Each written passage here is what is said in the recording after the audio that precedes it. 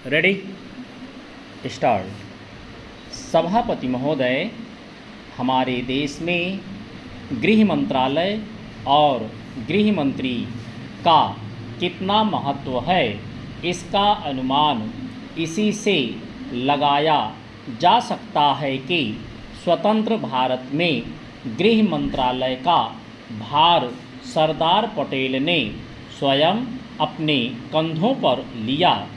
सरदार पटेल का साहस, उनका उत्साह और उनकी बुद्धि तीनों ही हमारे गृह मंत्रालय के लिए आदर्श का काम कर सकती हैं, परंतु दुर्भाग्य से सरदार के पश्चात इन तीनों बातों में कुछ कमी आती हुई दिखाई देती है। उदाहरण के लिए एक ही बात मैं कहना चाहता हूँ। 1962 में जब हमारे देश पर चीन का हमला हुआ तो 14 नवंबर 1962 को हम सबने इसी सदन में खड़े होकर एक प्रस्ताव पास किया था, जिसके शब्द थे, भारत की भूमि जब तक हम शत्रु से स्वतंत्र नहीं करा लेते तब तक हमारा यह संघर्ष बराबर जारी रहेगा, भले ही वह कितना ही लंबा क्यों ना हो। लेकिन कुछ दिन बाद आगे चलकर हमने राष्ट्रीय एकता सप्ताह या दिवस मनाना शुरू कर दिया, तो हमने उस प्रतिज्ञा को कुछ दूसरे शब्दों में बदल दिया।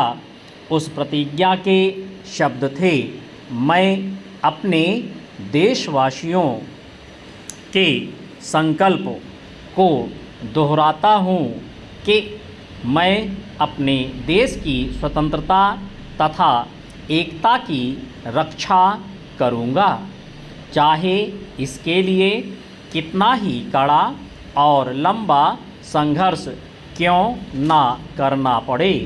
मैं राष्ट्रीय एकता तथा बल के लिए तन मन से काम करने की शपथ लेता हूँ, लेकिन इस बार राष्ट्रीय एकता सप्ताह के सिलसिले में एक छोटा सा प्रकाशन भारत सरकार की ओर से प्रकाशित हुआ है। इस प्रकाशन में स्वयं इन्होंने लिखा कि 1962 में चीन द्वारा आक्रमण के बाद शपथ की भाषा में थोड़ा परिवर्तन कर दिया गया है और जो शब्द बदल दिए गए हैं उनको भी मैं सदन की जानकारी के लिए सुनाना चाहता हूँ। मैं प्रतिज्ञा करता हूँ कि मैं कभी हिंसा का प्रयोग नहीं करूँगा और मेरा विश्वास है कि धर्म, भाषा, प्रांत संबंधी तथा अन्य सभी राजनीतिक और आर्थिक विवाद का शांतिपूर्वक और संवैधानिक तरीकों द्वारा हल किया जाना चाहिए।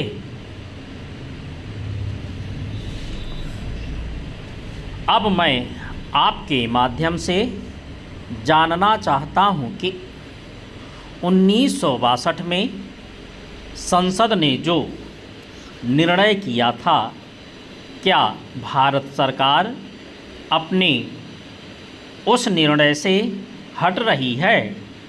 अगर सरकार अपने निर्णय से हट रही है तो यह जो सरकारी प्रकाशन आया है, जिसके द्वारा 1962 की शपथ में परिवर्तन किया गया है, इसका आधार क्या है? सभापति महोदय, हमारे देश में गृह मंत्रालय और गृह मंत्री का कितना महत्व है।